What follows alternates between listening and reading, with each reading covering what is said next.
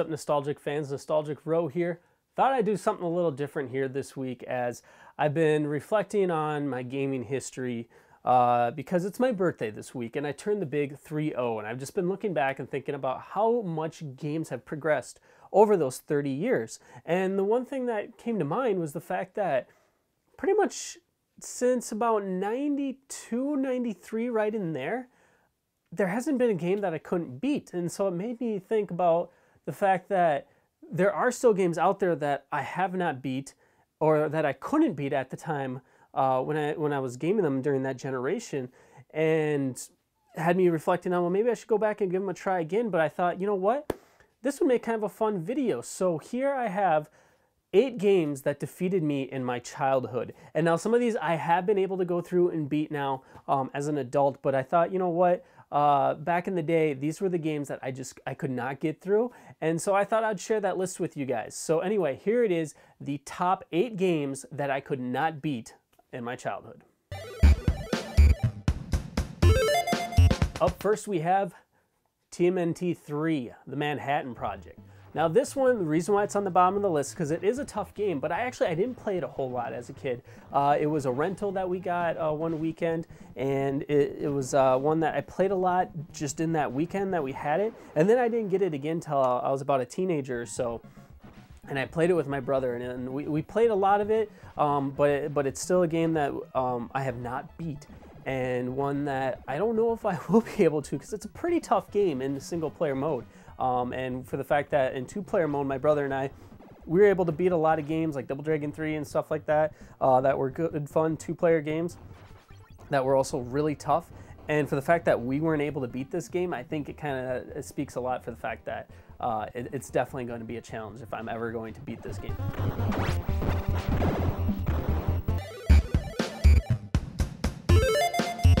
Number 7 on this list is actually one that I did one of my first reviews for, as it was a game that it's kind of helped spawn this idea really a few years ago and spawn Nostalgic Roe in general, and that is the first TMNT game.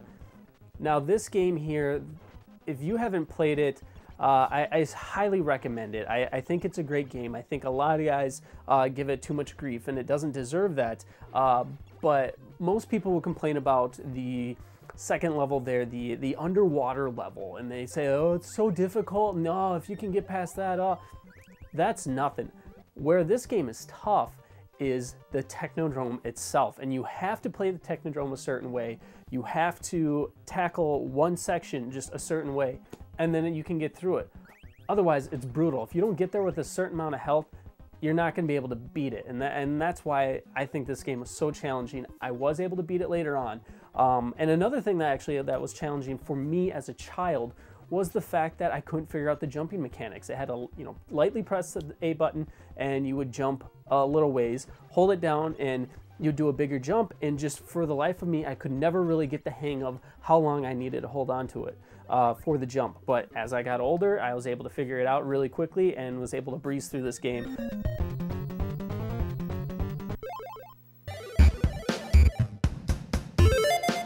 Coming in at number 6 is a simulation game that a lot of you probably haven't been able to beat yourselves, as the only times I have seen it beaten is through emulation and save states, and that is the Black Bass.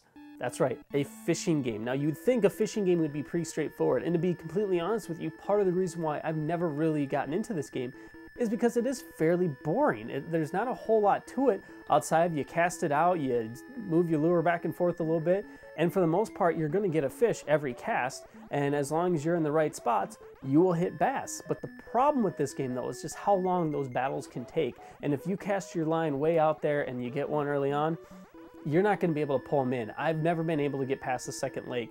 I haven't been able to do it. It's plain and simple. And from what I've seen, catching the biggest bass, which I think is upwards to 25, 30 pounds, it was somebody that did it through a save state of simply constantly breaking their line, but they'd save it and then just reload and go from there. And even then, it still took a half hour for them to do that in game time anyway, not from actually playing it. So that just goes to show how tough it can be, is that even in a save state mode, it still takes a half hour to catch the biggest fish in this game. But the Black Bass, a game that still defeats me to this day.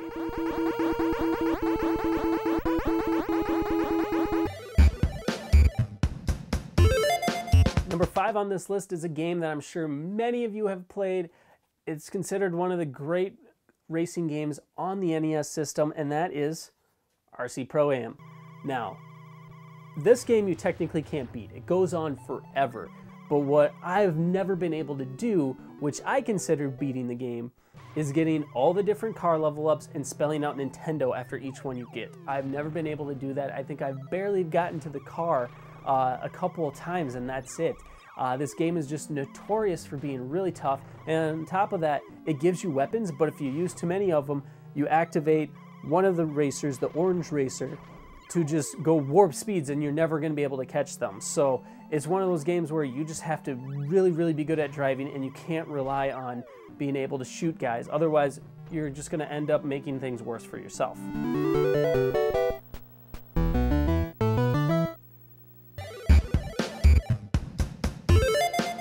Number 4 on this list is Godzilla, Monster of Monsters. Now this game, for the most part, it's an okay game. It's pretty boring. There's not a whole lot to do. You fight as Mothra, you fight as Godzilla, and you go around to 7 or 8 different planets, and you have to defeat all the bad guys that are there, and it's kind of like a chessboard that you navigate across. The reason why this game defeated me for the longest time, and I was able to finally beat it when I became a teenager, is because there is codes to save your state of where you're at in the game. And they just never worked for me. I don't know, I couldn't write it down correctly. This was before we really had digital cameras and everything, so I couldn't just easily take a photo and look back at it. I don't know what it was, but just the save states in my game I could never keep. So it would take a long time to go through the game over and over, and when I finally did it, I spent something like 8 to 12 hours in just one sitting and playing through this very monotonous game. And it was brutal to do, but I did it, and I did it all in one shot. And then whenever I tried it again, I would lose, and I couldn't get the save states to work, and it was just frustrating. But it is a game I have defeated, but Godzilla, you are one brutal game that I just could not beat as a kid.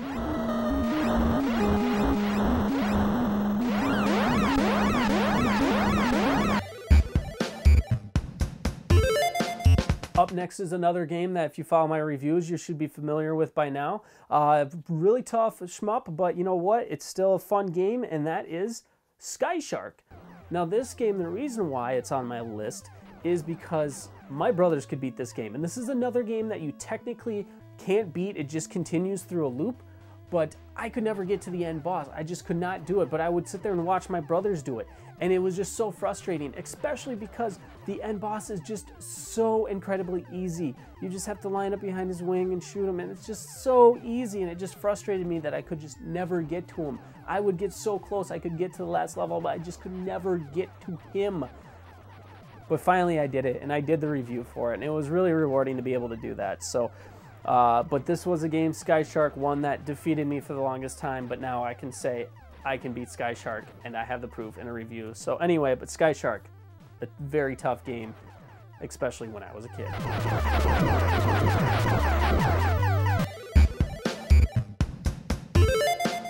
All right, number 2 on this list is going to be kind of controversial because for a lot of people it's considered the hardest game. It's definitely a top 10 hard game on the NES, I would say. And this is a game that I could never get through it as a kid. You had to use the Game Genie to get to the certain points or whatever, and I've definitely never beat it through the second playthrough, but because this is a game that you'd have to beat twice in order to get a real ending. And if that hasn't given away what I'm talking about, number 2 on my list is Ghosts and Goblins. Now, like I said, this is a game that I've spent countless hours trying to play. The only way I was able to defeat it as a kid is by using the Game Genie and kind of cheating my way through that. And actually, it was a matter of tag teaming it with my brothers. We eventually were able to at least go through one time and beat the game. Never twice had we gone through it, because we just thought it was one of those games that it's like, oh, great, we just spent 6-8 hours playing this, and now you're saying, oh, just go ahead and replay it. We didn't know that there's an actual ending to it by a second playthrough.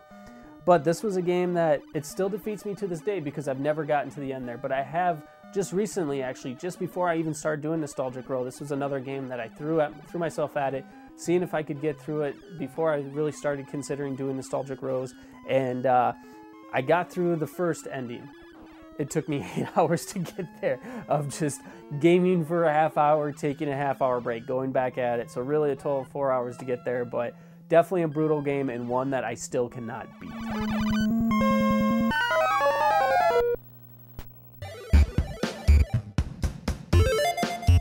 All right, here it is, the #1 game that defeated me in my childhood. And this is a game that I honestly feel this is one of the more underrated games on the system. A lot of people like to say it's a terrible game and it's so broken and blah, blah, blah.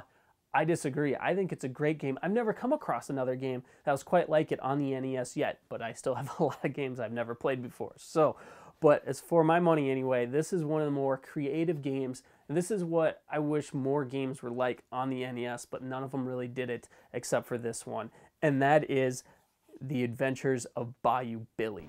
Now, what I really enjoyed about this game was the fact that it's a beat 'em up, it's a driver, and it has zapper portions in it as well. So you go through, you do some beat 'em ups, you do some shooting, you do some driving, you do some more beat 'em up, you do some more shooting, you do some more beat 'em up. I thought that was a great way to mix things up, and I don't understand why more games didn't take advantage of this. Most games is either it's a shooter game, it's a driver game, it's a beat 'em up game. This did a great job of blending all three together. The soundtrack is great to it, and the only downside to it really is how difficult it really is. And that's because the main thing here is that the gameplay mechanics are almost, I don't want to call them cheap, but I can't really find a better word for them. And that's because when you fight the bad guys, you're going to hit them, but they're going to hit you right back. And so right there, you're constantly fighting health, which is actually what I kind of like. You know, while there's plenty of games out there where you can just punch a guy and you just keep punching him and he won't attack you back, and that's fine. I don't have a problem with those games. But this one, you punch and right away, they're going to punch you back. And so you had to quickly react and get out of the way. And that's what, when I was younger, I couldn't really figure that out. And so you have that mechanic going for it. The shooter stages are pretty easy. They're shooter stages. The second stage is a little bit more difficult than the first, but those, you know, it's pretty straightforward. You see the bad guy, you shoot him with the zapper. Lots of fun. But then you throw in the third mechanic of the game, the driving. The driving is brutal as well, and that's because the level itself is pretty straightforward, but then they mix it up by randomizing how the guys attack you. So you can't quite memorize what you have to do, and that's why it's so tough. And then on top of that, the boss battle at the end. If you don't do something right in the previous level, I'm not going to give it away, but if you don't do something right in the previous level, the game's next to impossible to win. And that's what I enjoy about it. And I was able to finally defeat this game. I can check it off my list as it is a game I can defeat, and I do have a review coming for it soon. But this was the #1 game because I enjoyed this game. I really had fun. Some of these other games, they weren't as fun for me because they were just difficult, where this was difficult, but I liked the difficulty of it. And that's where a lot of people want to say, oh, it's cheap and blah, blah, blah. I disagree, and I think with the music and everything else, it's got that nice B-film blend to it that made it a lot of fun.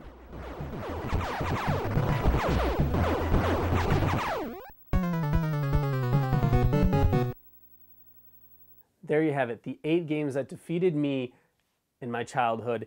Half of them I can beat, half of them I can't. and it's just one of those things that's what I enjoy about gaming, and that's why specifically I kind of gravitate more towards the NES, because it's really the only system that there's games on there I cannot beat, and I haven't been able to beat. Pretty much since the Super Nintendo on, I've been able to beat the games that if I put my mind to it, I can beat them. On the NES, some of these games, I don't know if I ever will be able to beat them, or at least, you know, consider them beat. And that's just because of how tough they are, and yet they're still fun for me. So anyway, what games still defeat you in this day and age? What games did you struggle as a kid, but now you can get through, and you see where your flaws were at? I had a lot of fun making this video, just going back and remembering, like, oh yeah, it's because I couldn't figure out the jump here, and you know, figuring it out, or with Bayou Billy, my #1 game, being able to get through those driving stages, because that was one of the harder parts for me, was those driving stages, being able to get through them, and just the joy that I feel of, like, oh my gosh, 30 years of gaming. Because again, going back to the fact that I'm reflecting on this because it's my birthday and I've had 30 years of gaming, and now being able to be like, it took me 25 years before I could do this. It took me 20 years before I could figure this out.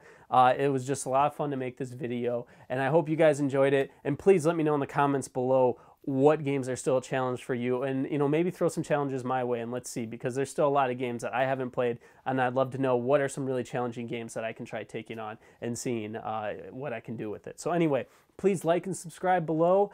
Check out nostalgicroe.com, and until next time, thank you very much, guys.